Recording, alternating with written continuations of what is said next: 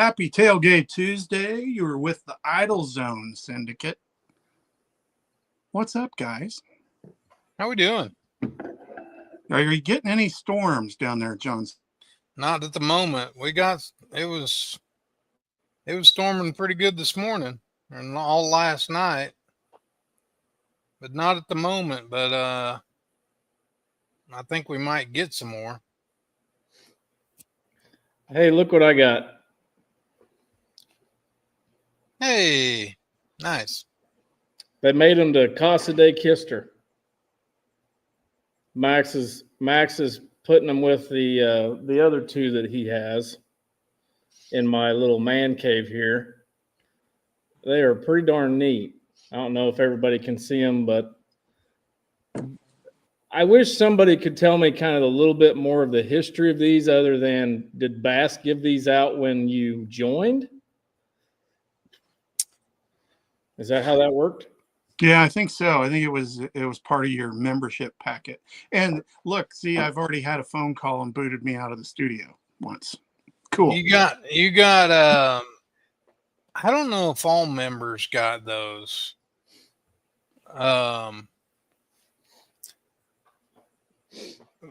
So it was a nation deal or a federation deal back in the day. And Ray Scott actually started the belt buckle thing, and Don Corcoran kept it going. And so when you were on the state team, did you get a coin? No. If I was running it, you got a coin. You got something. You may not know that you got a coin. Maybe that's the way to put that. Okay. I don't remember a year where I didn't give a coin or a belt buckle. What I'm trying to say is the coins took the place of the belt buckles. Gotcha. At one time when we couldn't, it wasn't feasible, cost effective to get the belt buckles, continue to get the belt buckles made, or I wasn't given enough budget to have the belt buckles made. So we did the coins, and I'm pretty sure we gave a coin away every state team. Well, hey, somebody's got a couple of coins somewhere. You would have got them at registration when you walked through. I will say they're kind of heavy, and they look like they're pretty nice quality. Yeah, they were a big deal back in the day. Pretty cool though, and thanks to whomever they came from. I'm assuming maybe it was somebody on the state team in 92 and 93. Or it might have been, yeah. Cool. Yeah. Yeah, so that's the belt buckle. The belt buckles were, I'm sure they gave them for other things, but they kind of started with the state teams and stuff like that. I got one last year at the boat show from Richard Kiblinger. He got to see, he watched Max on the show early last year and decided it'd be kind of neat to give him one. It was actually my birth year, 88. So I got that over here. These are going with it. I mean, those came from Kiblinger, you know. Oh, I did not know that. Yes. Oh, okay. Well, that makes sense. Those did not come from me. Those came from Kiblinger. Well, he gave them to me to get to you. You didn't notice any teeth marks or anything in them, did they? Because Henry, my daughter's dog Henry, that's why they weren't in a bag with foam like the other one probably is. The dog destroyed that part of it.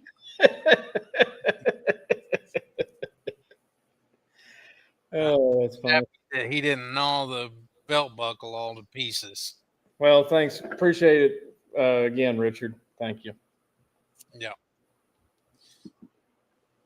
Gosh, those Bass Nation belt buckles that's a nice segue into our guest. That is a nice segue. Might ask him if he's got a coin. I know he's got a coin. I don't know what y'all did with your coins, but if I was the tournament director, there were coins available. So I'm not sure where your coins went. Anyway, I may or may not, depending on if I get in trouble or not, I may or may not have extras from the ones I have attended. So there you go. there you go. We can just like use a label maker and put the year that you were there on. Yep. Anyway, so we didn't announce a guest last week, but as the week went on, we got a guest. And since we're talking about the nation, one of the guys that made it to the elites through the nation, Mr. Tim Dube. What's going on, guys? I still have my coins, John, from when you were tournament director there. I got them on the shelf right over there. I didn't know if I had enough time to go grab or not, so I just stayed seated. No, you're good. I don't know what happened to the coins that Devin and Kyle say they didn't get. I'm jealous of the belt buckles, though. The belt buckles were cool. Yeah, 93. I was like, oh, I was still zero probably at that point. Yeah, the belt buckles were pretty cool. They were around for a long time, and there was a lot of stuff back in the day that was pretty cool that kind of went away. Like those belt buckles back in the day when the presidents still went to the Bassmaster Classic for their meetings instead of the nation championship. Those belt buckles were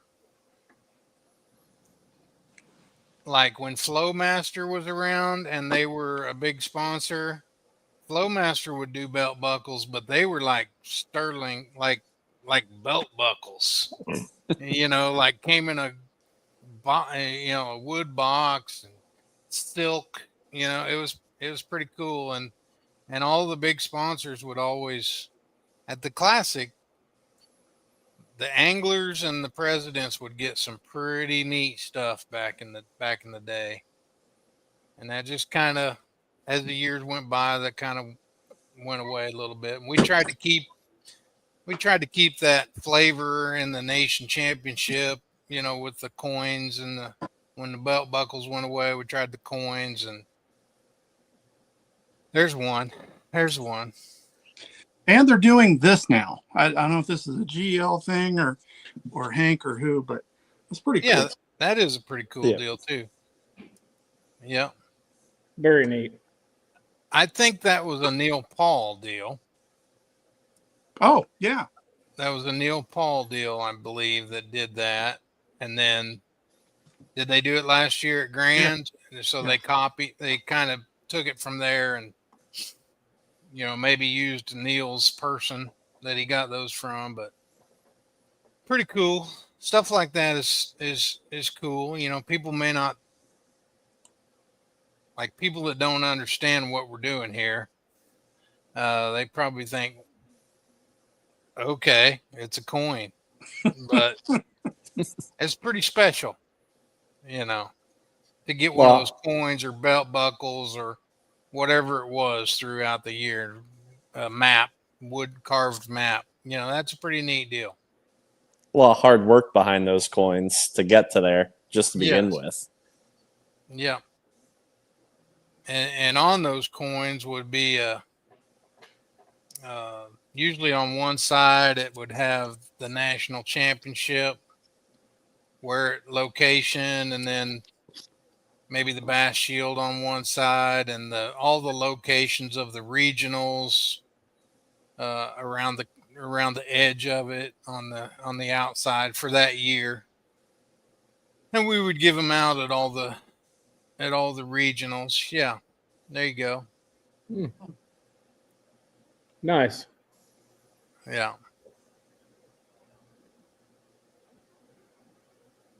Show and tell with Tim. I like that coin. That was a good year. That coin there is probably the last one I bought, actually, because I probably had to order them before I got the old boot.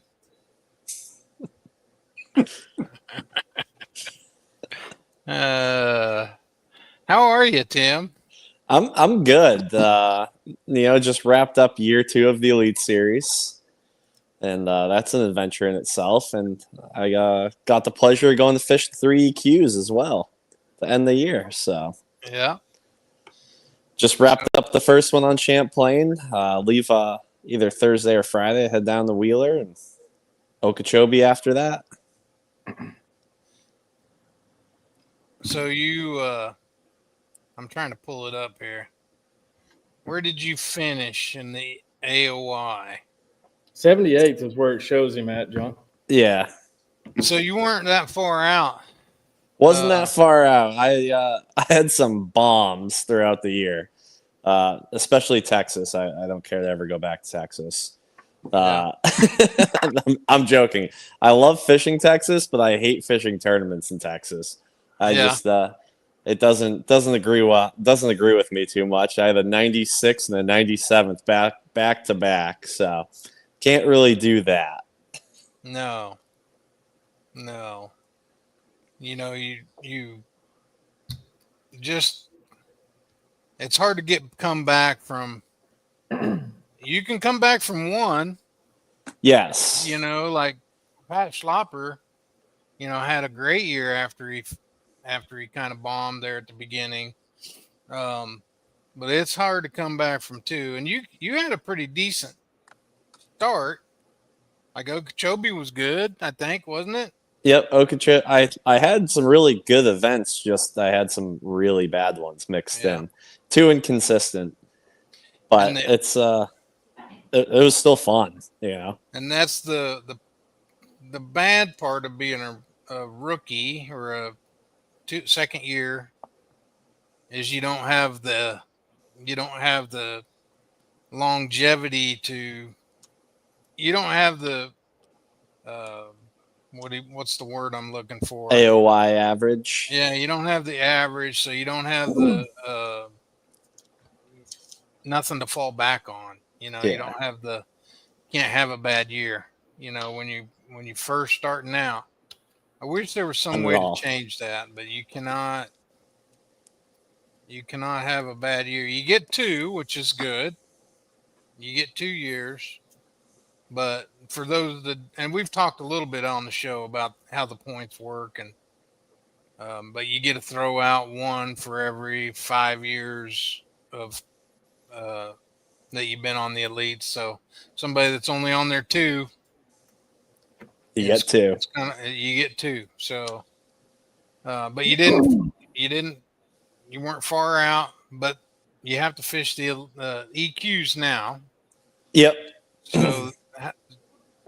Tell us how that works and what you think you're going to have to accomplish to get where you need to be. So the EQ field is made up of 50 anglers from both divisions of the Opens. So there's 100 Opens anglers, but then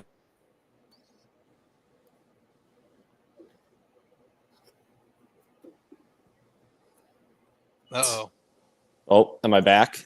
Yeah, you're back now. Okay. What part did I miss? Did I cut out there? 100 Opens anglers. Yep. 100 Opens anglers, and then any Elite Series angler that wants to jump into any of the 3 EQs can, but their points don't count towards the actual EQ points. And they take the top 10 anglers after the 3 tournaments, the average of points, and those 10 anglers go to the Elite Series. So right now I'm in 38th in points. So I think roughly probably 2 top 15s should do it. Elite anglers that are qualified for the elites, their points don't count. Their points don't count, but the elite anglers that are trying to requalify, their points count. Like yours. Yeah. So my points count. Yeah. And there's a couple others that I believe it was Alex Weatherall was there as well. Ed Lochran, Chad Pipkins. You know, a lot of Mark Menendez. And I think that was it. Yeah. And they have to, those elite guys that are trying to requalify at the start of this EQ 3 tournament series, everybody's points were at 0, right? Yes. Yep. So both divisions, and then any elite guy that was on their way out that has to requalify back in, everyone was started right at 0. Some of those elite guys that are, how many elite guys are fishing that are requalified?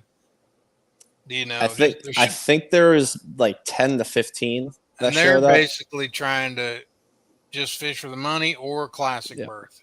Yep, just fishing for money or a classic, because there's 3 classic berths on the line to each winner. So Emil Wagner won on Champlain. He was already classic qualified, so it dropped it down to John Cruz, who was the first man out, who's now in. Cruz is in. Yeah. Cruz is in. Yeah. Well, that's pretty cool. So yeah. I mean, a little stressful, obviously, towards the end of the season, but yeah, it is. I was stressed out enough at the end of the elite season that, you know, I had to catch him in the last 3 events, and I caught him in the last 2, and then day 1 of the 3rd event I caught him, and then I just had a bad day, and it dropped me right out of it. So I was way more stressed there than I am fishing the EQs. Just kind of relaxing and taking it all in and just going and having fun. And I always seem to do the best when I just go out with that mentality of I'm going to go have fun. I'm going to catch fish. I love Lake Champlain. I've been to Lake Wheeler before. It's going to be interesting. And then who doesn't want to be in Florida in November? Yeah, exactly. Agreed. Yeah. All right, so let's back up. Let's talk about your 2 years on the elites. You know, talk about what it was like year 1 and then year 2 compared to year 1. Gotcha. So year 1, qualifying through the Bass Nation, I fished regionally, but never really nationally. I fished some really, you know, staple lakes, Gunnersville, Fork, Okeechobee, but I wasn't as well traveled as, say, 99% of the other people out there. So it was kind of eye-opening of just traveling around the country and just seeing all the backwoods guys and everything around the country. It was kind of a shocker. And then, you know, you say you're from New Hampshire and they go, where? And you're like, yeah, north of Boston. You know where Boston is? I'm like, nope. I'm like, all right, never mind. And personally, I thought I was a pretty good fisherman when I showed up to the Elite Series. And looking back, I knew nothing. I was out to lunch that first year, but I still had some good events, some good finishes. Year 1 where I was like, okay, maybe I can compete with these guys, but they are absolutely the best in the world. And it was a little mentally challenging both years when you have a bad practice. And I don't care who you are, you're going to have a bad practice every once in a while. But you know, no matter how your practice is going, like I'm barely catching 5 keepers, but I'm like, somehow I need to catch 20 pounds. Yeah. And then you go out day 1 and you have, you know, the best day you've had since you've been there. And you catch 16 pounds and you're in 98th place. And you're like, well, what the heck am I doing wrong? So it was challenging in that aspect, but I really enjoyed it. Met some absolutely amazing people that I fished against on the Elite Series, and just lifelong friends at this point, just completely around the country. And anyone fishing the Bass Nation, if you get the opportunity to go to the Elite Series, it is a huge financial investment. But if you say no, you're going to regret it for the rest of your life. It's one of those things. Is it as big an investment as you thought it was going to be, or bigger? Yeah, I did research even leading up to it beforehand. Just like, I remember having a conversation in the parking lot in South Carolina before day one of competition, and it was with Jonathan Carter from Maine, and we both talked about, like, if you win this thing, you're gonna take the elite invite. And I'm like, I don't know, it's a lot of money, but I don't think you can say no. It's one of those things. I don't think you can say no. And I knew it's about $100,000 a year, give or take. And I was right in that range of the give or take. Yeah. But, with or without boat and truck? That would be with boat, like everything. Okay. About $100,000. This year was a little better, right? Because a lot better. Fee, the entry fee was $10,000, or you all paid $10,000. Yeah. Side pot or whatever you want to call that thing, versus the $50,000 that you had to pay the year before. Well, did you have to pay that, or did they cover that with the? I got a $16,000 credit. So you got the credit. I got the credit, and it took it off the last 3 tournaments, which is nice. Yeah. No, that's good. But it was a lot of fun. But I also spend about $20,000 in gas every year, so it's fun just burning that away. Sitting at the pump, and you're like, oh, yeah, this is cool.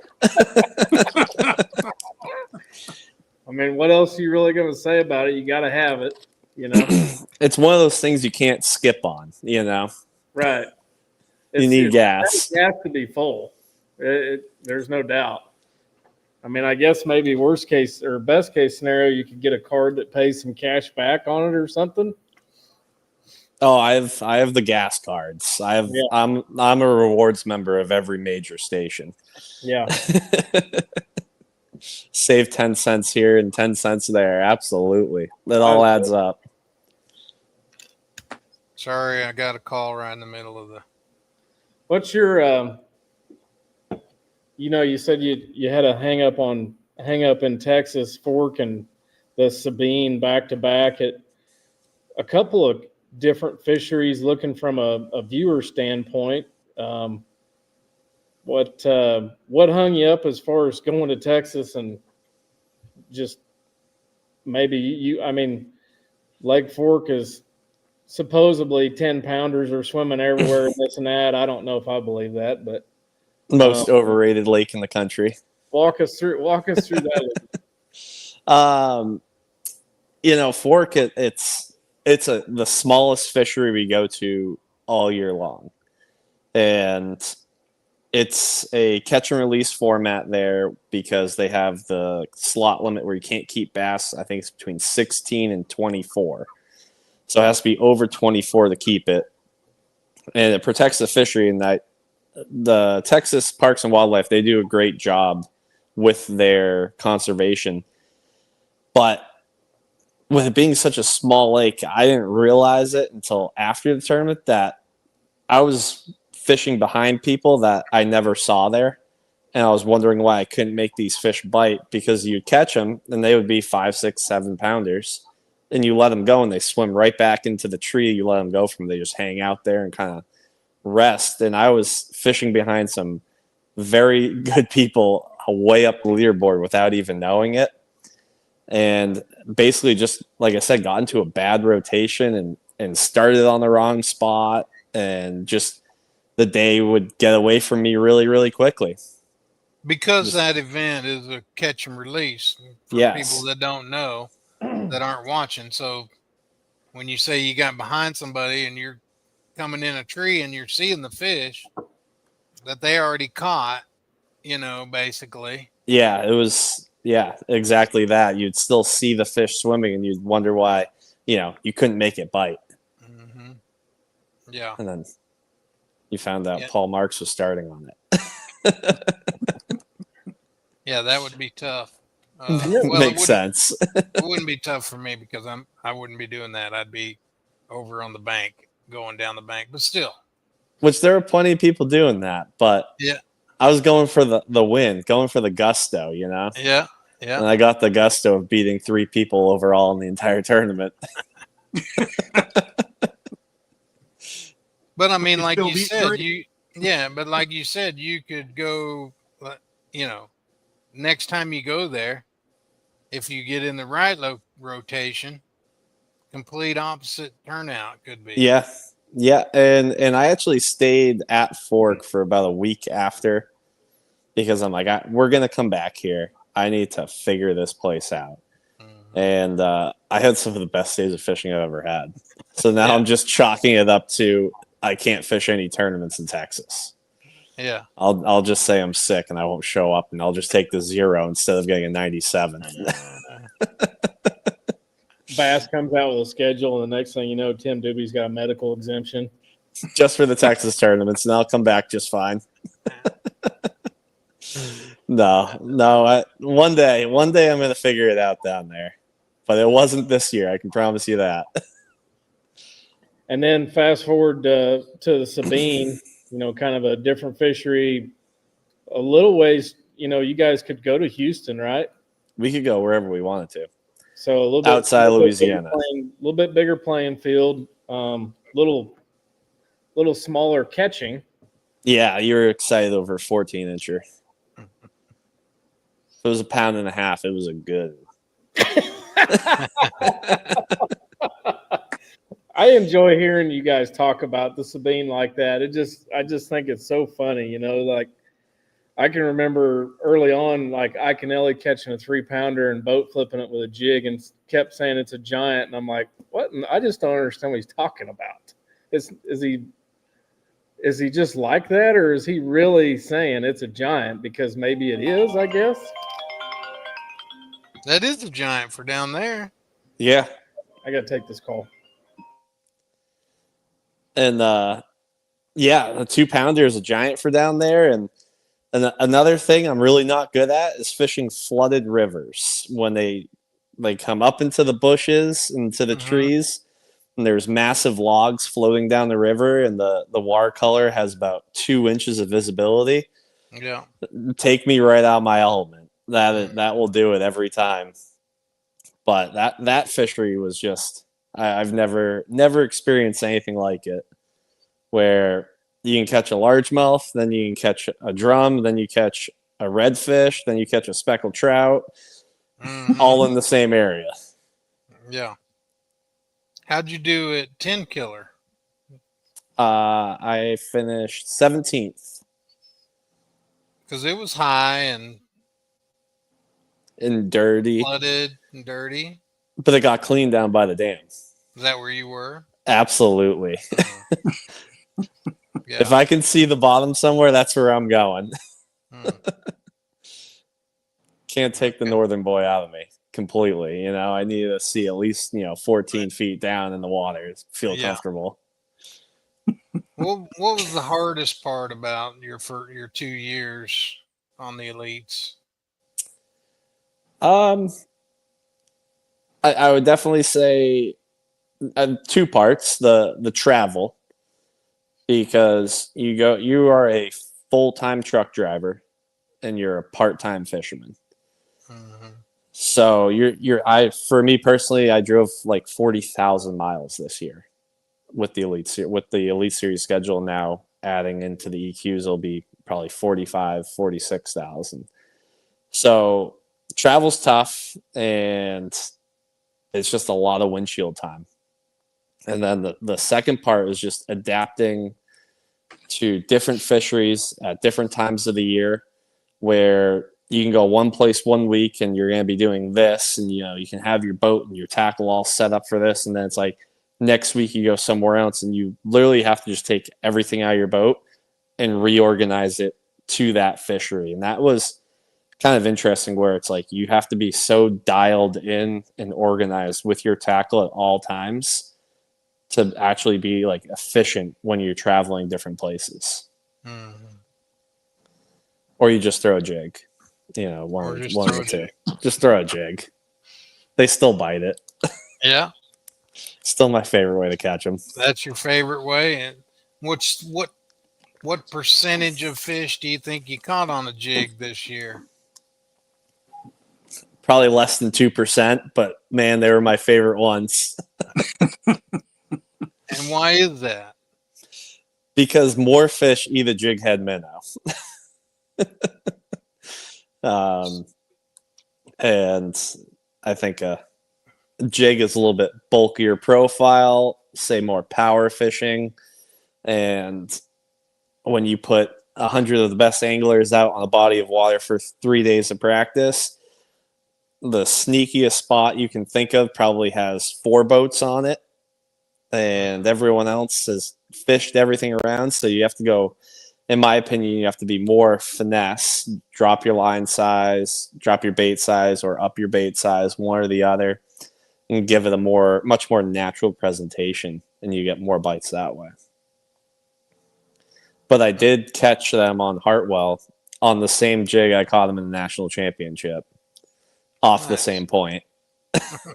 Sweet. Same, different time of year.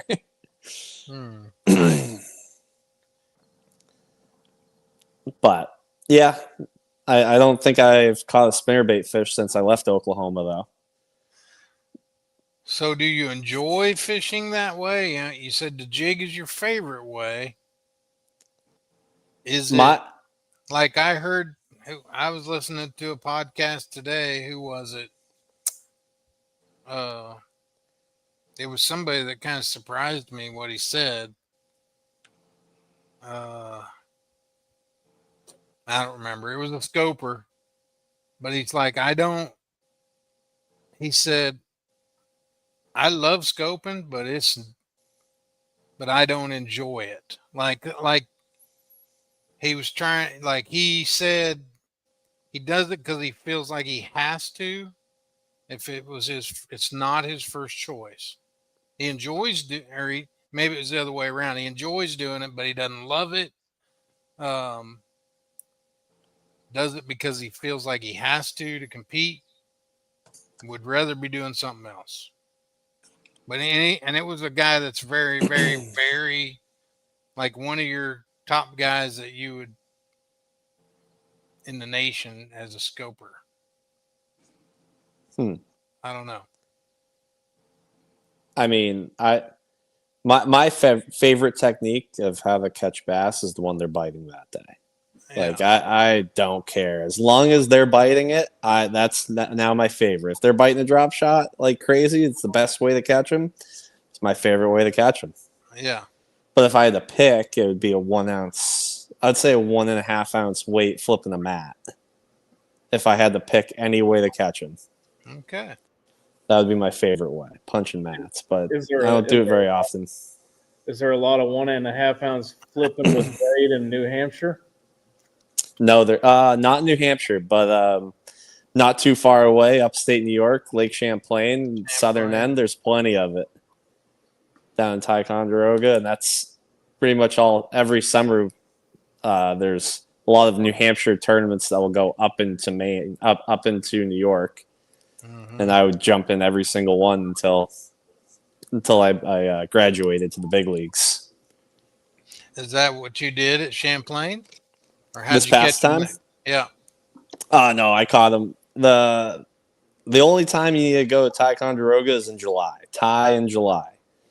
Other than that, no tournaments are won down there. And September, the weights of the smallmouth they're too heavy. They're too fat. They're putting on the feed bag for winter. And there was some nights up there when we woke up. It was 38 degrees, 33 degrees, and they can feel that, and they really start putting on the weight. and you just can't compete with the smallmouth that after August. You know, you can see some mixed bags, but the smallmouth, they just way too heavy. Yeah. The 3 3/4 that you were catching in August are now 4 1/4 because they're just so thick. Mhm. They get on my diet pretty much. Mhm. Yeah. You got to eat before winter. Absolutely, you need that winter coat, you know.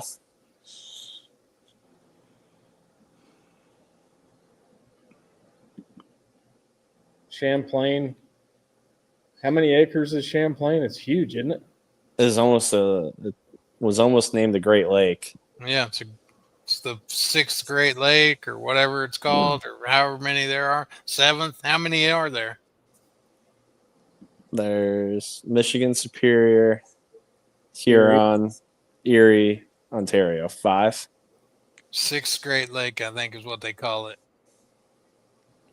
And the waves. Did you see Champy? I thought I saw her on my live scope for a second, but Ooh. it was just a lake trout.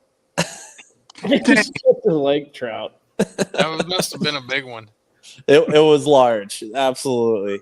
There is something weird though when you get out into that middle section of the lake where there's not a lot of houses and you're in 400 feet of water. There is a little eerie feeling as you're driving down the lake. I will give it that. 400 feet. Like I'm about to get chomped by Champy.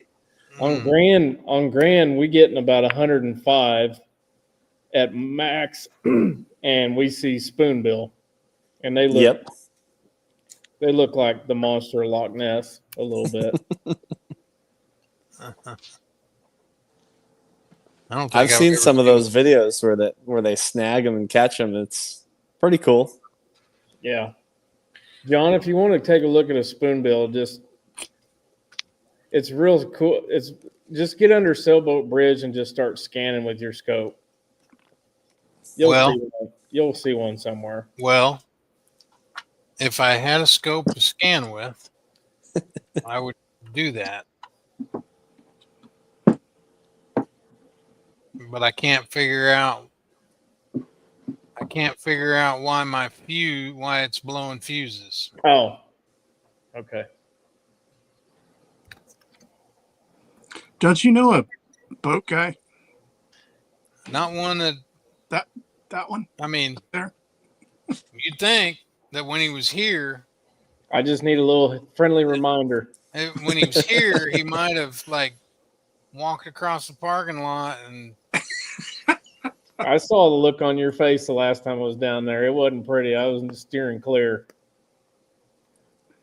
And it looked to me like you had way too many chiefs and not enough Indians for that task, so I was out. That was just my tire that we were trying to get off the boat. That's all taken care of. Got brand new tires. Geez, But sorry I you can't- missed that. But I can't get my scope to stay on the box. I put a fuse in and it blows immediately. Like when I first started doing it, it would last about 10 seconds and blow. Now I can't even. As soon as I put the fuse in, it blows. Yeah, we're our hot wire is direct short at this point. Yeah. It's not partially shorted anymore though, which is a good thing. So now it's completely broke, and that's what you want. That is. Yeah. How do I fix that is the question. We're getting off topic, Tim Dube, but this has been bothering me. He's probably had some boat issues at one time or another. I have. You just got to break out the voltmeter and just get after it. I just pull over to the service crew. Yeah, I usually drop it off at a shop up the road from me, and I'm like, something's wrong. I am no electrician, and I just recently graduated to being able to use power tools. But up until a couple of years ago, I was up to a screwdriver and a flathead. That was about all I could get. Maybe a ratchet set. Now I got power tools. take Yeah. this phone call. I'll be right back. Ah, Sorry. Probably somebody with an active target issue.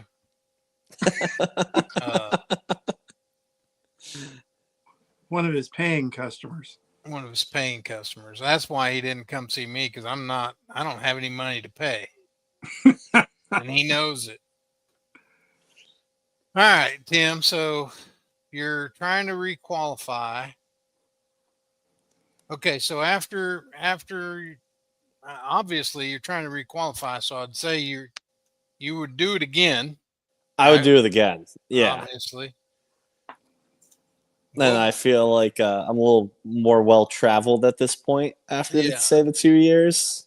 So were you more we didn't really get into the second year. Were you more comfortable this year? More at ease, or how'd it go? Yeah, definitely more comfortable. I'd say like the new car smell was kind of worn off. Mm-hmm. Every time you went to a tournament, you weren't starstruck by all your heroes you're fishing against. And I felt like I made a lot of really good decisions throughout the year, and sometimes it would work and sometimes it wouldn't. But I think that's just fishing in general. And I would absolutely do it again because it's just I was more comfortable. We were going back to the same. I think we had 3 repeats on our schedule, and then same thing. It's just getting more comfortable out there, and then the more comfortable you are, you can fish better. You fish more to your strengths, and that's another big thing. Is just fish how you like to fish. Don't listen to the dock talk, so to speak. Because that's what I got wrapped up in, say, year 1. I was listening too much to what other people were saying, and it would spin me out because, I'm catching them on a swim jig out of these bushes, and I'd go fish a mile of bushes with a swim jig and not get a bite. Yeah. I'm like, all right, I'm done doing this. So really just fish how you like to fish, and that's kind of how I rolled the whole year, and it burnt me sometimes, and I also had some really good finishes because of it. Is it easier fishing on the Elite Series? So what I mean is, you fish Thursdays and Fridays tournaments. You're not fishing Saturday. You fish Saturday and Sunday, but if you've made the cut, then you've made a check, then Yeah. so now you're on the weekend competing against, but you're fishing during the week. Is it easier to fish during the week than a regular tournament that you would just show up on a Saturday morning? I mean, I think the competition level of those Thursday and Friday days of competition are way higher than any Saturday tournament you'll ever find. Mm-hmm. And that took a little getting used to. Just you have to catch them. Yeah. Because it doesn't matter how bad it's fishing, they're gonna catch what's in the lake. Yeah. But then when you roll into Saturday, you got some crowds out there that just some good old boys wanting to go catch some fish and listen to Bass Live and pull right up on you and don't care, and you just have to smile and wave. Yeah. You find yourself practicing differently now than you did 5 years ago? Absolutely. I cover way more water now. And I try to establish, say, a home base, an area of the lake where, say, I have my best spot, and then try and find as many areas around that, and really not setting the hook in practice. Don't catch them. Like you can see them on live scope. If smallmouth fisheries are different, but if I'm fishing, say, docks or brush piles for largemouth, I'll find where fish are in brush piles. This was 10 killer, for example. I was throwing a jig without a hook on it just to make sure that they were bass, get them to react to it. And I said, during the tournament, I'll figure out how big they are, because I didn't want to sting some fish that could potentially use on a 3 to 4 day derb. but definitely move a lot faster, cover a lot more water. And personally, I feel like I can break down fishing water faster now than I could 5 years ago. How much fishing do you do, or with the lure in the water? In practice, Yeah, probably a lot of 3 guys hours, just drive around. 3 hours a day. Most of the time, you're side scanning, or Mhm. you have your trolling motor down with your live scope, and you have the remote in your hand, panning left and right, seeing what's around. Because we were only allowed one live scope this year, and the year before it was unlimited. Right. So everyone had live scopes going off the back, 2 live scopes off the trolling motor. Like those fish got a buzz last year. Anywhere we went, there was a nice buzz in the water. But this year, with that one live scope, it changed how you had to practice, because you had to put your trolling motor down if you wanted to look at something. You know what freaks me out about it, guys? I mean, I've had live scope for a while. I'm not great by any means. I'm real mean to a crappie, and that's about it.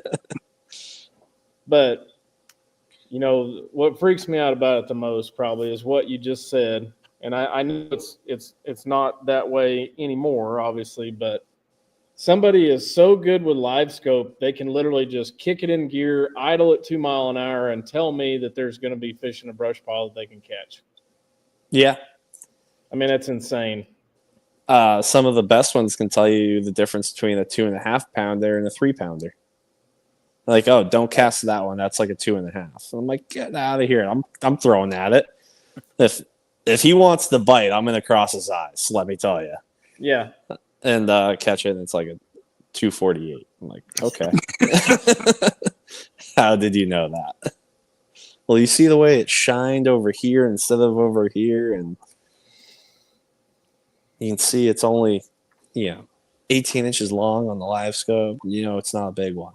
I am in a different world. Yeah. I mean, I truly believe when it comes to scoping that I will be, maybe for the rest of my life. I have no idea. Real dangerous on crappie. I'm real dangerous on crappie. If I could ever just go and be a little bit more dangerous on bass, most of the time with me, and I would like for you to maybe explain to me how you learned or taught yourself. But like for me, when I know I'm going to catch a bass, he's pretty much already bit, and all I really need to do is set the hook, Yeah. Of course, we have a lot of trash fish around here that have a tendency to bite the That stuff you do. throw at them with forward facing, Yep. So how did you go about learning What's a best trash way? fish, trash Well, fish versus bass, or Yeah, just maybe like, I know there's little subtle things that I have picked up on here and there, but like, did you just turn it on and then stare at it for 3 weeks straight, or like, what did you do to try to get better at it? I mean, it was.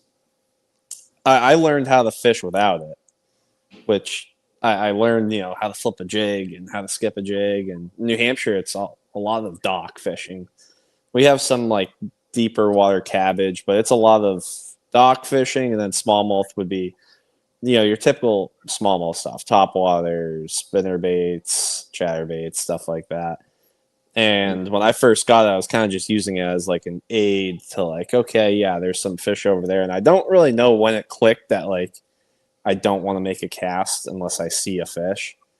But it definitely did happen. And then in New Hampshire, there's not a lot of trash fish. We have 4 kinds of trout, and then it's either white perch, yellow perch, or it's bass. And all those act completely different. And the hardest part for me traveling was, say, Oklahoma, Grand Lake. There, everywhere you look, you're staring at some kind of fish. And it just took, I would probably say, weeks of staring at the screen to notice that, a drum has a slight downward tilt as it swims, or it's slower to come up than, say, a big largemouth would be. And just time on the water, I'd say, would be the biggest thing, of just staring at the screen. Yeah. there's so many trash fish in Grand Lake. It's incredible. Unbelievable. You could walk across them. Yeah. But then there's giant bass in there too. Somewhere. Somewhere. Sometimes they're hard to find. A lot of times they're hard to find.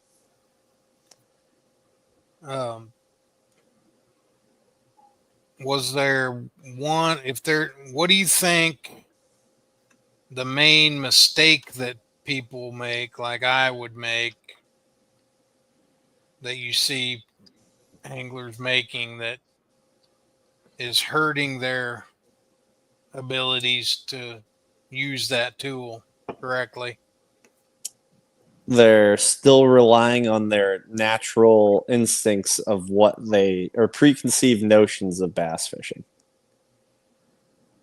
I would say that's like one of the biggest things. Like, to be good at live scoping, I feel like you have to forget everything you ever learned about seasonal patterns and just put it down.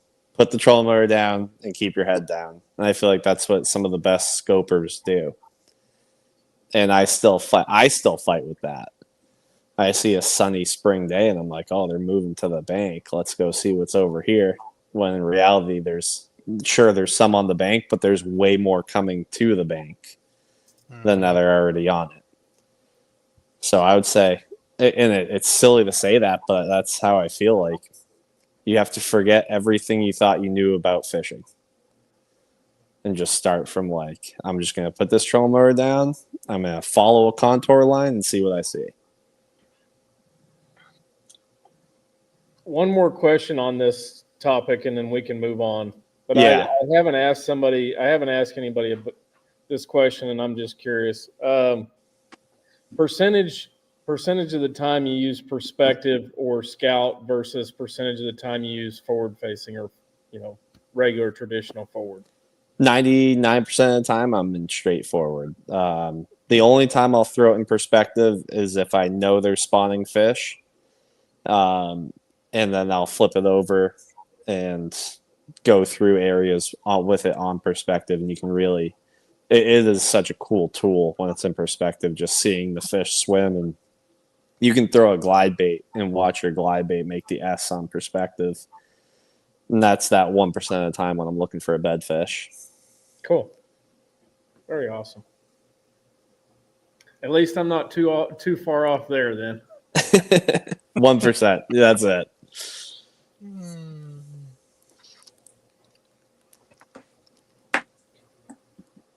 Let's see.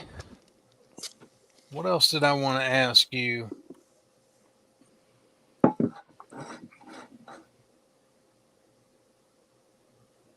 What do you think about if you do make it back, or when you do make it back, what do you think about the schedule for next year and, how they're doing it? Every other, the coin flip or however it worked. I thought the coin flip was very exciting. Yeah. I thought it was fun to watch. It was cool TV.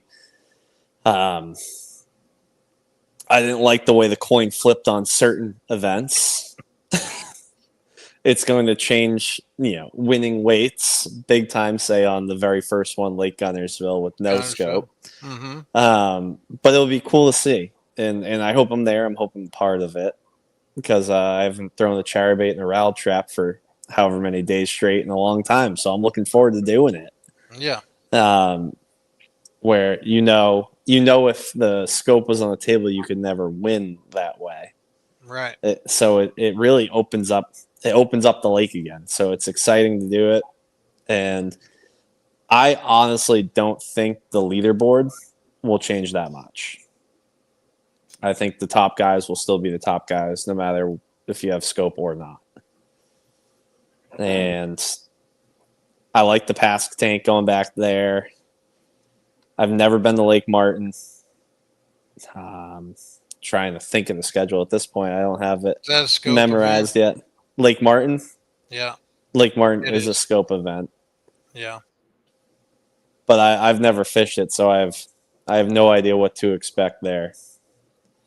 I know it's in Alabama. Yeah. I know my roommate lives right near there, so That's Mhm. mine too. Yep. So Grand Lake. I Grand Lake's a no scoping event. yep. That'll be good. Should be Do good. we have grands on the Elite Series schedule? Oh, that's a open. I'm Open. sorry. And it's a no scope event though. They're at the ditch. Yeah, they're at the ditch. It is a scoping event. Muskogee. Yeah. Yeah. Yeah, the river. Yeah.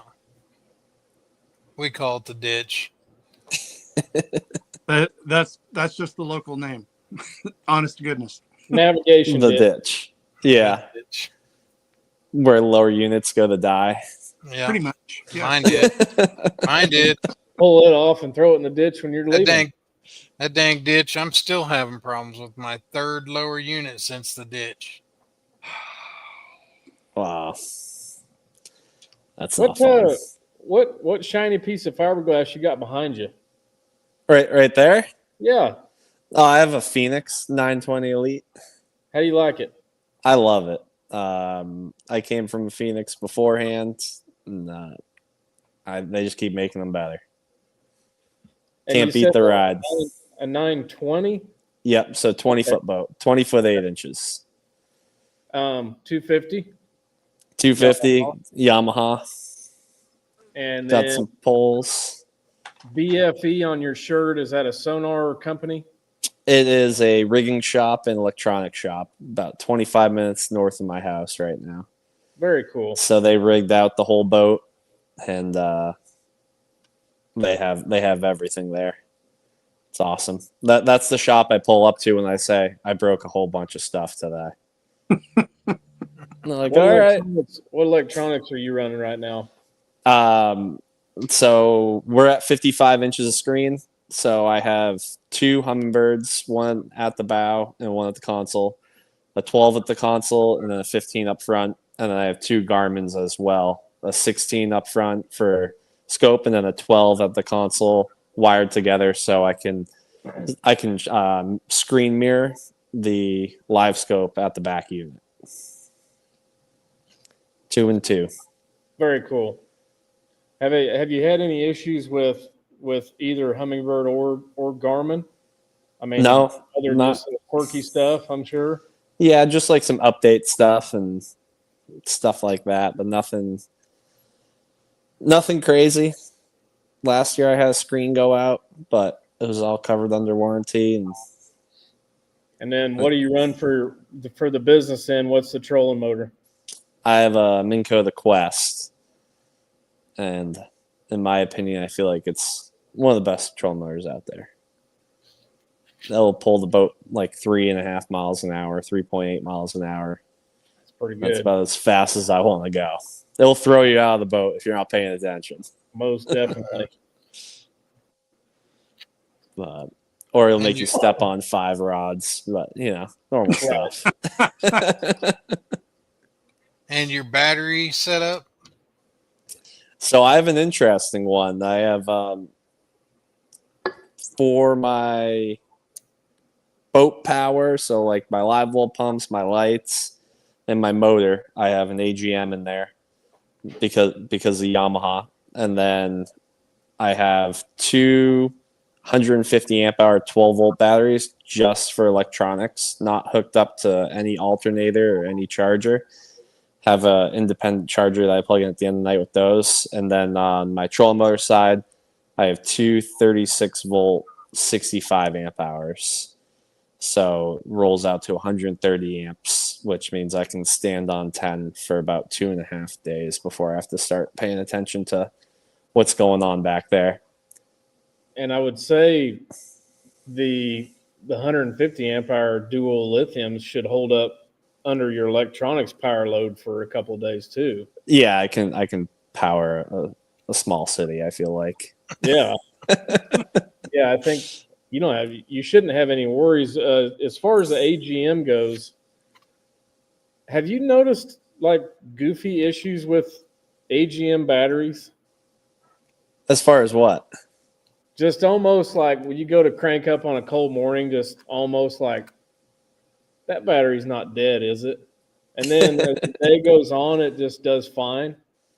I haven't had that experience yet, but that is a brand new AGM from earlier this year, and like I said, pretty much the only thing hooked up to it is the motor, and then boat power. But I haven't had it yet where it sounds tired or anything like that. Usually it cranks right away.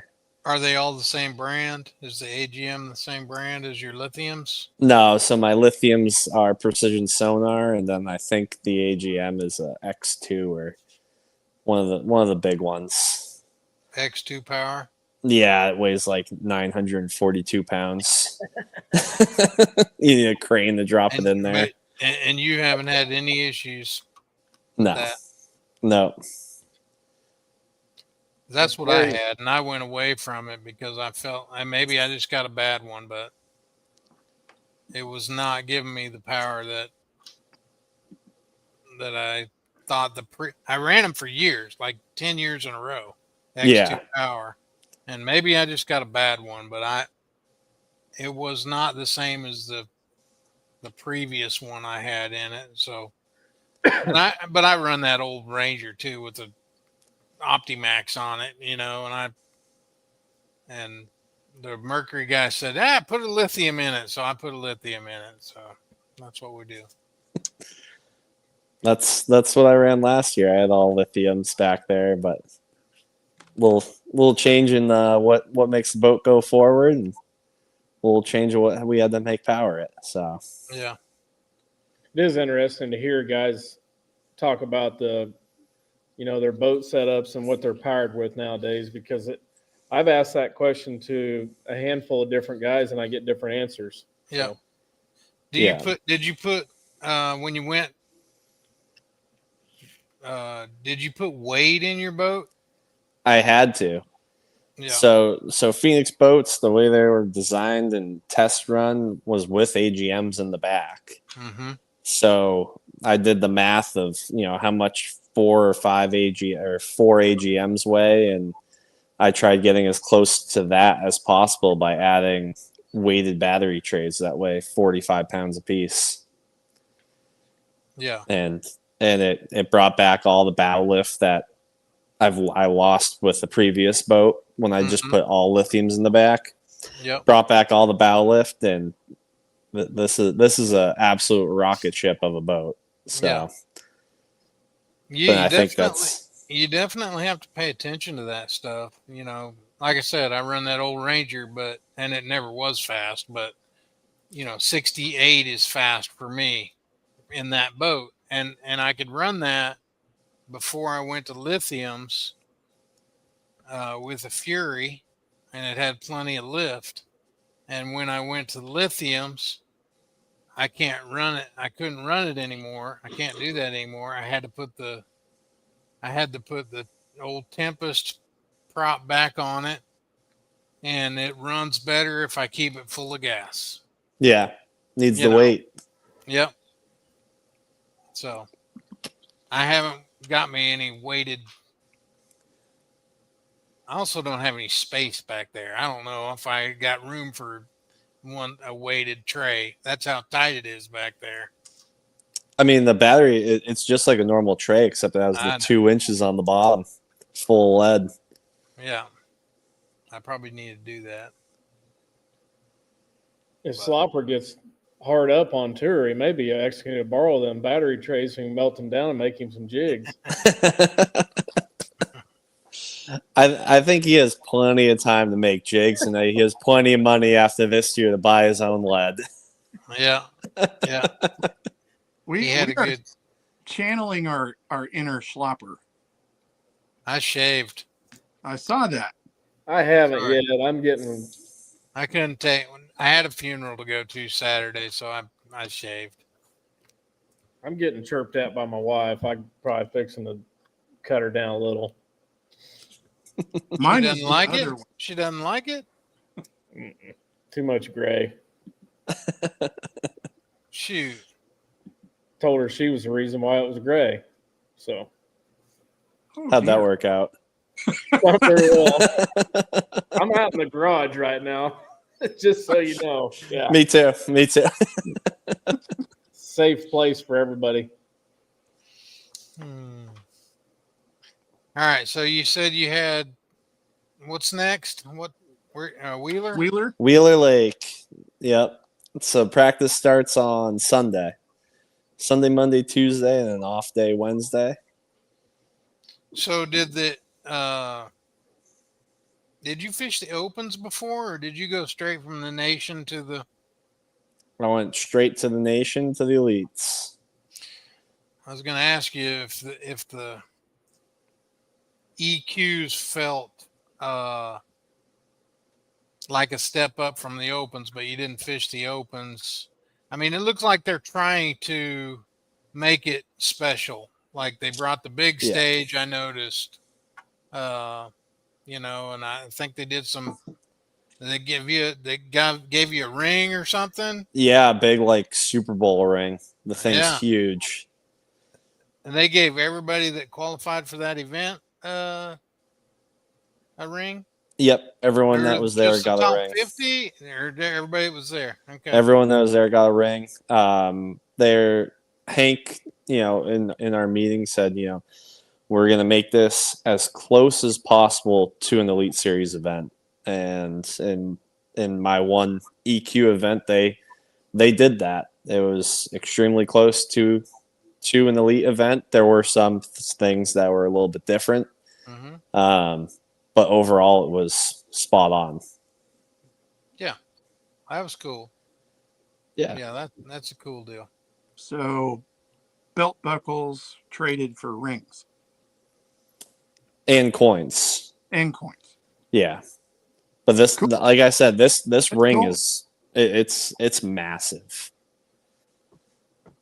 I'm gonna keep it in the boat just in case. If I make a day 3 and get a camera, I'm gonna wear the ring the whole day. There you go.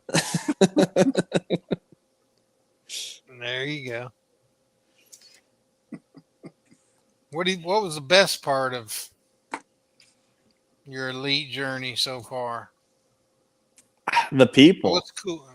The people, the hospitality you experience while on the road, where I can be 1,200 miles from home and we're getting welcomed into someone's home and they're cooking us home cooked dinners every single night. Just that was by far the coolest thing I've seen. Even though I live far away and live a very different lifestyle up here, we're all the same. We like going to catch fish and love eating good food and hanging out, and the camaraderie that we all had, and it was awesome. Definitely the people. And who'd you room with? I roomed the first year. I roomed with Mark Menendez and Will Davis, and then year 2 we added Uncle Bernie, aka Bernie Schultz, to the mix. And Uncle Bernie was a great addition this year. He was a lot of fun. Mark said he had to even out the house with 2 old guys because we had Will and I that were both in our 30s. So he goes, I had to even out the house. Yeah. So that's pretty cool. I bet you got some good wisdom from those 2.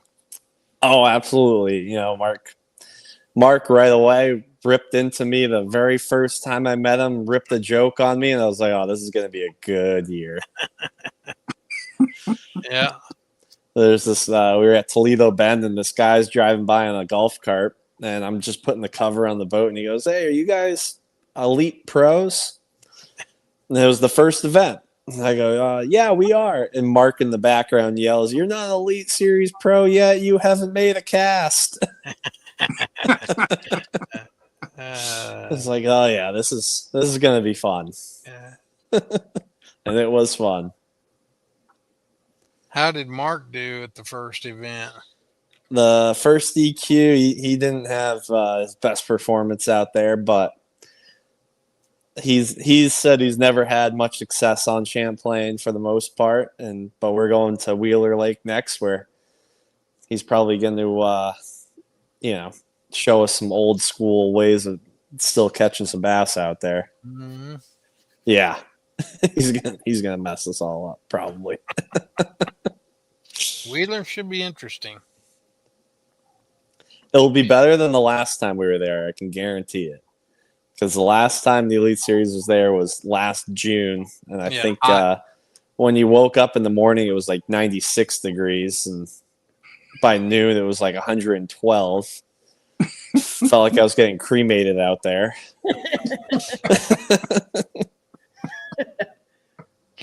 Oh, it was hot. That's funny. Definitely the hottest I've ever been. It was on Wheeler Lake. So I'm looking forward to maybe breaking out a hoodie. We're not really sure yet. Take it with you. I'll bring it with me. Yeah, I'd bring one. I don't know if you'll get to break it out, but I'd bring one. Yeah. So if you were talking to a nation guy that's trying to get there, what advice would you give him? Definitely any opportunity you have to travel to a different part of the country and go fish, take it. And if you have the opportunity to jump on someone else's boat who's, say, good at flipping grass or good at fishing herring lakes or good at fishing dirty water, take it and try and get as diverse as possible in your fishing, and don't get one-dimensional, and just really, I would say, travel as much as you can, because the more you see, the faster you can understand what you're looking at when you get out there, and just have fun, because at the end of the day, we're fishing. Yeah, and it's about having fun. Mm-hmm. If by some chance you don't requalify, what are your plans? Do you have a plan? Do you have a plan B? I have a plan B. I'm gonna go grab my captain's license, and I was first mating on a saltwater boat all fall long, pretty much, and either go up to Lake Ontario and guide, or head out onto the Atlantic Ocean and guide and go catch giant bluefin tunas. That sounds like fun. It's a lot of work, but it's fun. It's like hooking a Volkswagen that's driving down the road. You hook it and you're like, all right, we're locked in for the next hour and a half, maybe 3. Is that just working on a boat, or would you be guiding people doing that? That would be a charter, so guiding people that will go out. Like that cost for, like, say, Idle Zone Syndicate special rate price? Well, you'd have to take that up with the captain, because I'm just the mate right now. I'm still learning that you don't have any saltwater game. Captain? Not a ton, but just outright, it'd probably be around $1,800, somewhere in there for the day. But it's leave the dock at midnight type deal, 1 a.m, drive out there and fish till you catch one and drive back.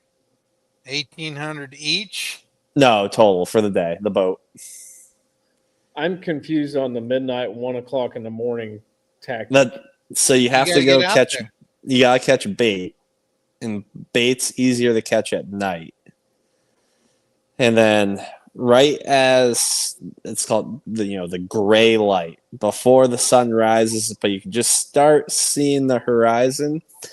That's when they really like to bite, it seems like. So you have to be out there for that time frame.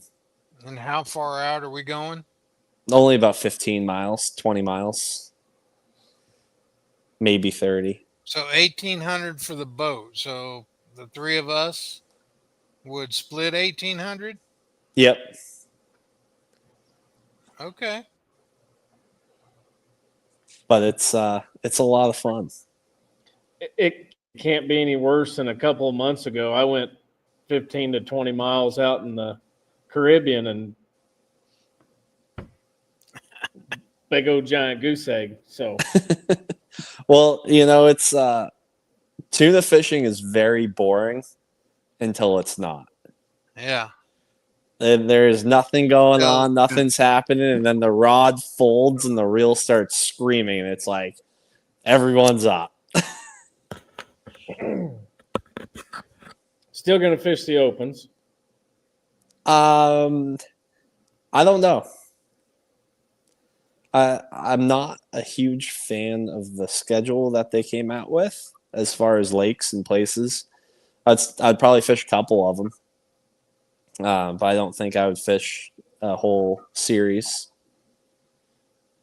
But yeah, we'll see what the next two EQs has to say, and then we're gonna pivot from there. Yeah, not get ahead of ourselves. We don't want to book our charter yet. Next September, you want to come a little bit earlier than right now, when it's still nice out. You're wearing a hoodie in the morning, then have a sun shirt on. It gets nice and hot, and catch one, bring it on in. Is there a season? Like, there's a quota. quota. So as soon as the quota's full, that's when it closes for that month. For each month, there's a quota. Yep. And it's like, I don't know, 800 tons or 1,100 tons or something like that. A lot of fish. When's the best time? Second week. Best month? First or second week of September. Okay. The weather's still nice. You don't have to worry about, bad weather, so to speak. It's before a lot of hurricanes come up.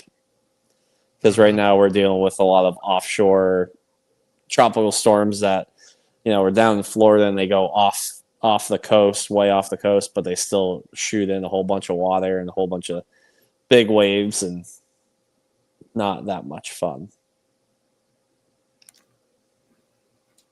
Would we run into TJ or any of that bunch? Oh yeah, you see all them out there. All the show guys. You see them. The .com you see a lot because their boat is absolutely massive. But what's the other guy's name? The pineapple guy. Oh. And him and his sister. It's the Pinwheel, Tyler McLaughlin. Tyler, yeah. Yep. Seen them a couple of times last year. Haven't seen him yet this year. I think he's been way up in Maine. That'd be awesome to get yelled at by TJ. I mean, that show, the only thing real about that show was them catching the fish. Everything else, the prices are completely fake. Yeah. So when you catch a commercial fish, you bring it into the dock and they do the tail cut and look at it, and then they put like a deer tag through its tail that has a serial number on it. And they say, "All right, thanks," and then they drive away. And then 2 weeks later, 3 weeks later, you get a check shows up at your door for, it sold at this much for this much, and here's the commission for. So they're just guessing what they think they're gonna get it for it later. Yeah, when they say that on the show. And most of the time, it's $5 to $10 a pound. Like some of the best fish sell for like $11 a pound, $12 a pound, not $33 a pound. So if we catch one, is that your fish or is that our fish? If the it's boat's fish? If it's under 73 inches, it's your fish. If it's over 73 inches, that's considered a commercial fish, and we have to sell it. Okay. So we would keep an under and cut it up and take it home. Yeah, you need all the coolers.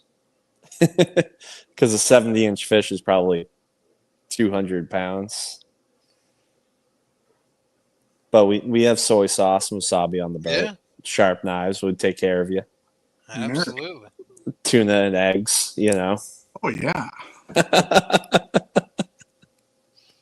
I'm getting excited about this trip we're going to make. So we're going to go to... We make all these maybe plans. Not. We make all these plans. Well, this is later. We're going to go to Florida and fish the Bobby Lane tournament. Yes. What lake is that on? Kissimmee Chain.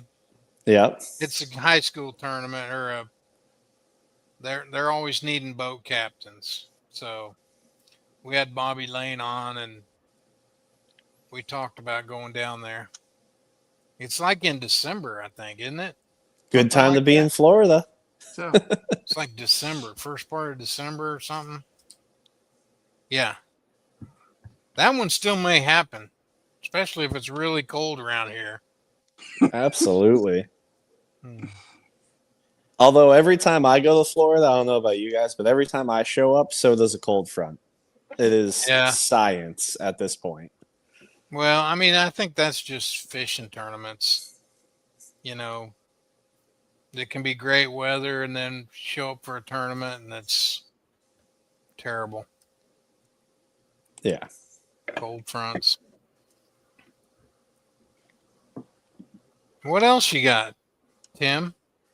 You know, I don't have a whole heck of a lot more. It's I definitely recommend if you're fishing the Bass Nation and you get the opportunity, go for it.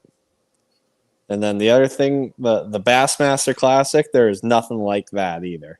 Yeah. That was once in a lifetime kind of thing, and now all you want to do is go back and fish another one. But Mhm. happy to have the T-shirt. Said as I was there, you know.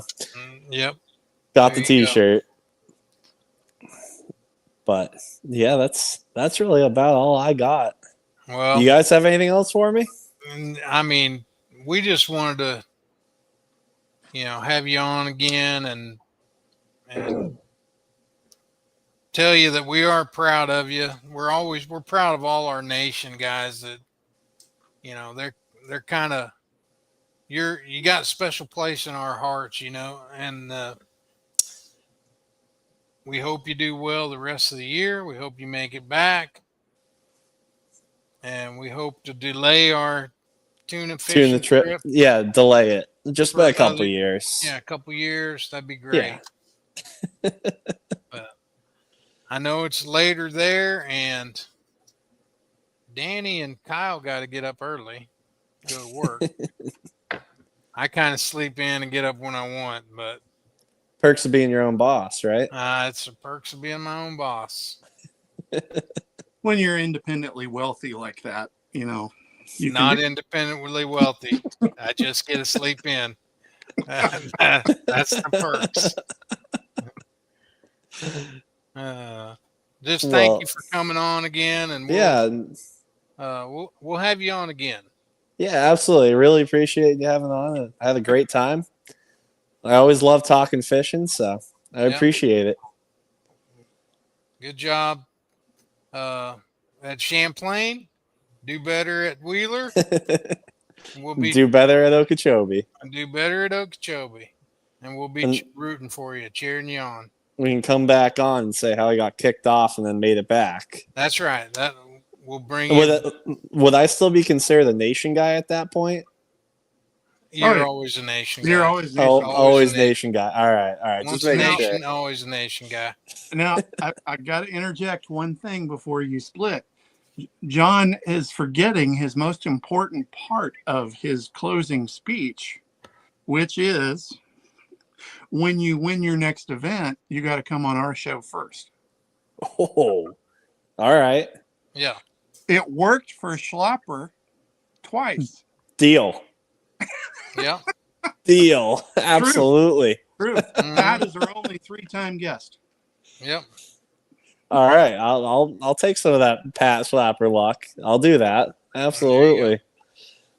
Well, worked for Tucker. And Tucker. Yeah. Tucker. Worked for Tucker too. I don't know why you guys waited so long to get me on here, I don't know either. We shouldn't have. We shouldn't have. But I really appreciate you guys, and thanks again for having me on. Good luck, Tim. Have a good night. All right. See you guys. All right. Way cool dude. Yeah. Really enjoyed visiting with him. Yeah, he's one of the few that is fishing the elites, like Will Davis, he came through the nation, but he's fished opens. There's several guys that have fished bigger stuff than Tim has fished. I don't think he ever fished anything really big other than a nation regional and the nation championship. So that's pretty cool. He come out of the first event with a decent start to things, though. He did. Well, he definitely has a valid chance. The next two tournaments, he definitely wasn't screaming about his demeanor and his voice and everything. He's got a good attitude about the next couple of events, and I definitely think he's got as good a chance as any of them. Yeah. Yeah. Yeah, he was part of that group at Okeechobee, all the nation guys that were in that canal. Yeah. Mm-hmm. Yeah. Brandon and Will Davis, him.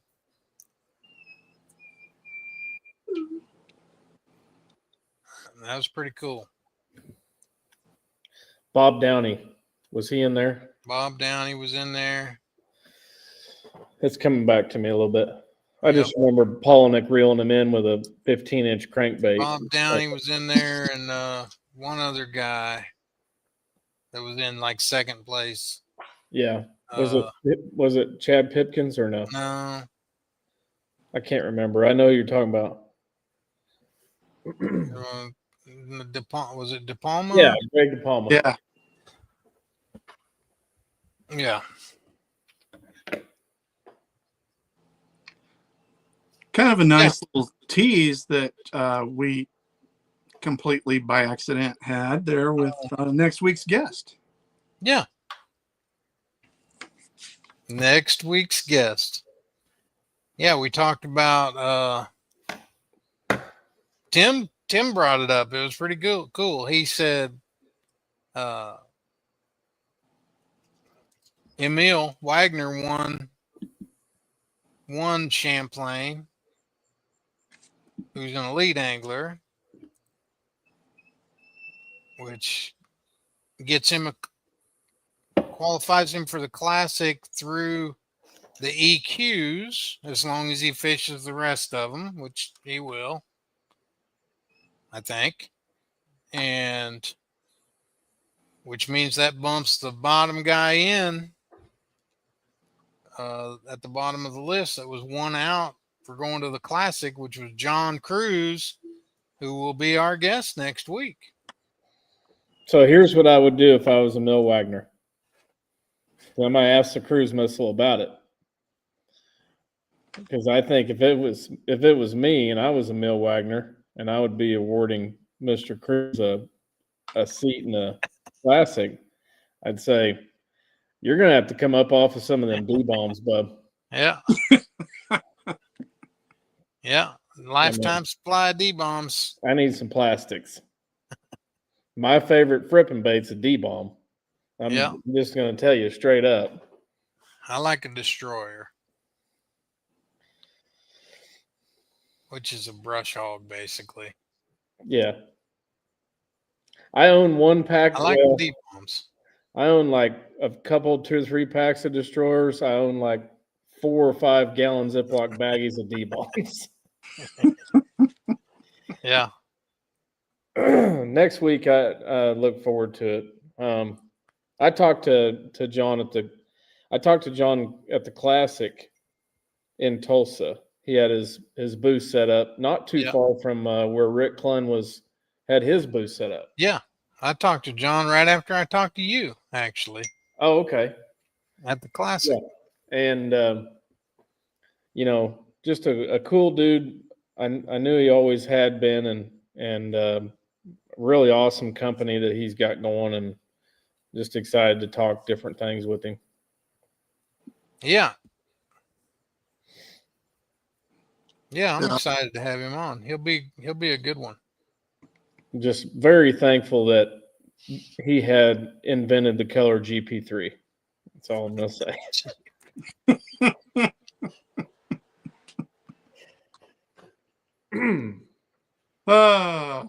Let's get out of here. Did we have any questions? I didn't even watch. More like looks and Dick comments. had one at the end there that we did not get to, and that's all right. He was just asking how many tuna can you catch in a day if there's 3 to 4 anglers, and I can't answer that. I don't know if it means what the limit is or what could you expect on a trip. I don't know. And the whole quota thing is confusing too. Yeah, apparently it's different than on the show. You know, we're used to seeing the show where you catch one, you got to go take it in. And that may be if you catch one that's commercial size, maybe you got to take it in. I don't know. Kind of confusing. We'll have to ask him about that because on the show, you catch one, you got to take it in. You got to stop fishing and run it in. Mm-hmm. But apparently, if you're on a guarded charter boat, you know, we catch one bigger and they catch one smaller. I don't know. I have to ask him. Maybe I'll text him that question. Have an answer for Devin at the end of the. But hey, you do quick math. If it's a 200-pound tuna and we get to keep it at $5 a pound, that's $1,000 fish. Yeah, if you sell it, it's not a commercial fish though. Under 73, it's not a commercial fish, so it's just our fish. Like we eat it, all of it. That's a lot of tuna. That's a lot of steaks, man. If it's a commercial fish, then you sell it. Now, can we sell it? That's maybe we can. I'm sure there's restaurants around there that would buy it. Maybe they have to be certain size for them to buy it. Yeah, you might be right. Yeah. So I don't know. I don't know. It's odd. It'd be fun though. It'd be fun just getting out there. Yeah, I mean, offshore, seeing the whales and stuff. Oh yeah. Going offshore in the Caribbean was fun. I can't imagine going offshore in the other ocean, whichever one that is. The Atlantic. That's the Atlantic. Okay, great. They don't teach geography anymore, John. When you don't leave, I know that. When you don't leave southeast Kansas and or northeast Oklahoma, you still should have learned it in school. That was 20 years ago. And it was 40 some years ago for me. And I remember I learned it. I think Grand Lake sometimes feels like the Atlantic Ocean to me. Yeah, I'd agree. Is there anything going on this weekend? Any tournaments? Anything in Kansas? The Bass Club Saturday, Bone Creek. Are you fishing? I think I am. If I can get this rock pile out of my way so I can pull my boat out. Nobody answered my text, so I don't know if I'm fishing or not. I didn't see a text. Terry sent a text. I saw that one. And I responded, is anybody going? Because I don't want to drive an hour and a half like I did last time. And there was me and Terry. I didn't see. There is no response from you, John. Yeah, because somebody else responded and said they were going. 618 number. You got that? No, I don't have any of it. Let's see. Jim Clay said, I will try. 618 said, I'll be there. I wonder how come I don't get them.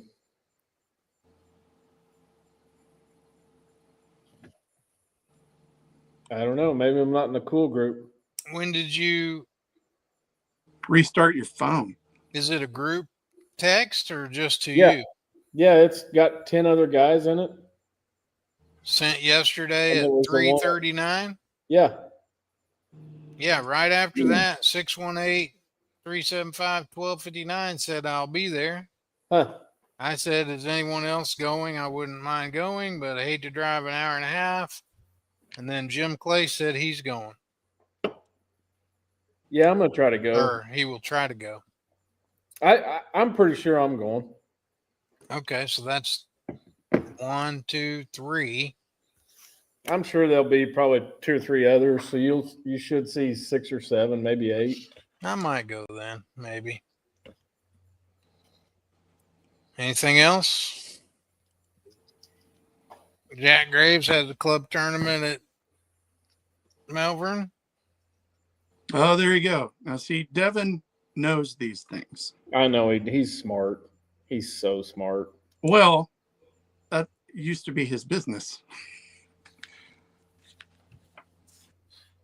Yeah, So- but okay, Devin. But the question is, why does you got an iPhone, right, Kyle?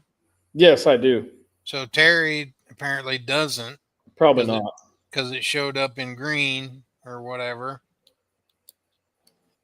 But Well, why does my iPhone getting all the messages and responding and Kyle's iPhone not? This ought to be good.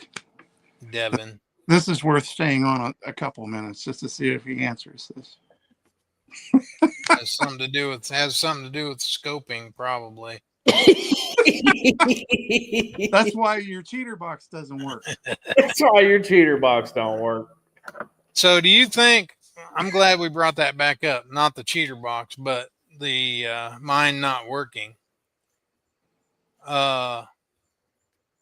I ordered some more fuses and some fuse holders, whatever. Yeah, Could that one be bad?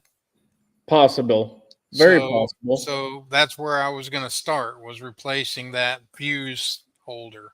You know something, John, when I'm trying to diagnose an electrical problem, I try to keep it simple, stupid. Use the KISS method because I like the band KISS a lot. Mm-hmm. I would take and I would run a new wire on the outside of your boat to your box. A new power wire, a new ground wire, both. Just outside of the boat, don't run it through the boat and rig it and do all that crap. Just straight from the box to a fuse, straight to the battery, see what it does. If it fixed the problem, then you've got a pinched wire or a wire touching ground. That's what a short actually is. People say, oh, it's got a short to, well, not necessarily, but a real short is, power 12 volts going straight to ground and not making the circle, DC circle. So, and when you're blowing a fuse, you're essentially, you've got that, or you're on too many amps for whatever the fuse and the wire is rated for. I can't see that being the issue. You would see hot wires or something. Mm-hmm. It's more likely something more simple, like possibly a fuse holder that's internally melted or had an issue, or maybe something like a pinched wire somewhere that. I mean, there's a pretty short distance from where the box is to where the fuse is. So my box is mounted in the very front of my rod box, my driver's side rod box. Mm-hmm. And then it goes up to the bow, which is only 2 feet to the, maybe 3 feet to the where the fuse holder is. Yeah. So it's not very long. And you're getting your power from the back, though. My power runs from the back up to the bow, and then splits, goes to my unit, I have power going to my unit. There's 2 fuse boxes. There's 2, so it's split. There's a fuse going to my active target box, and there's a fuse going to my Lowrance 12. And you're utilizing a bus bar to split the power at the bow? Or No, it's just split. the question is how? Uh, That's kind of important. I mean, you got the 2 connector things where you put the wires in and screw them down. There's no bar or nothing. Oh, you've got a C-Clear power harness? Yes. Oh, okay. Yeah, I'm with you. Yeah. C-Clear harness from the back up to the front. Oh, okay. All right. Yeah. I called the C-Clear guys and they were great. I got him on Yeah. FaceTime. Yeah. And he was like, well, it's hard for me to tell being here from being back here. So he said it could be just a loose, the screw in where you connect the wires. Yeah. So he had me cut all those off and redo them. So I did everything at the back and the front. And that didn't help it. That made it worse, actually, I think. Maybe I got something backwards, but I don't think so because I just did one at a time. Like I didn't take them all apart and do them and try to figure out what. I just did one at a time, take them apart. And then that's kind of where I'm at. Yeah. I'll try the fuse. It should be here tomorrow. The fuse holder thing. I'll try that tomorrow and see what it is. Hopefully that does it.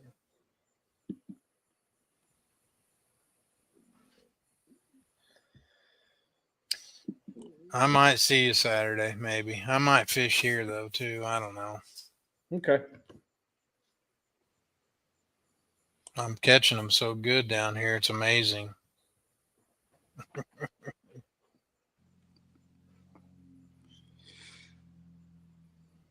On the clock with KBN tomorrow night, 7 p.m. for our monthly visit. Bad Brad and myself. And whoever else shows up. Sounds good. John Cruz next week. Thanks for watching, guys. Have a great evening. Peace and chicken grease, man.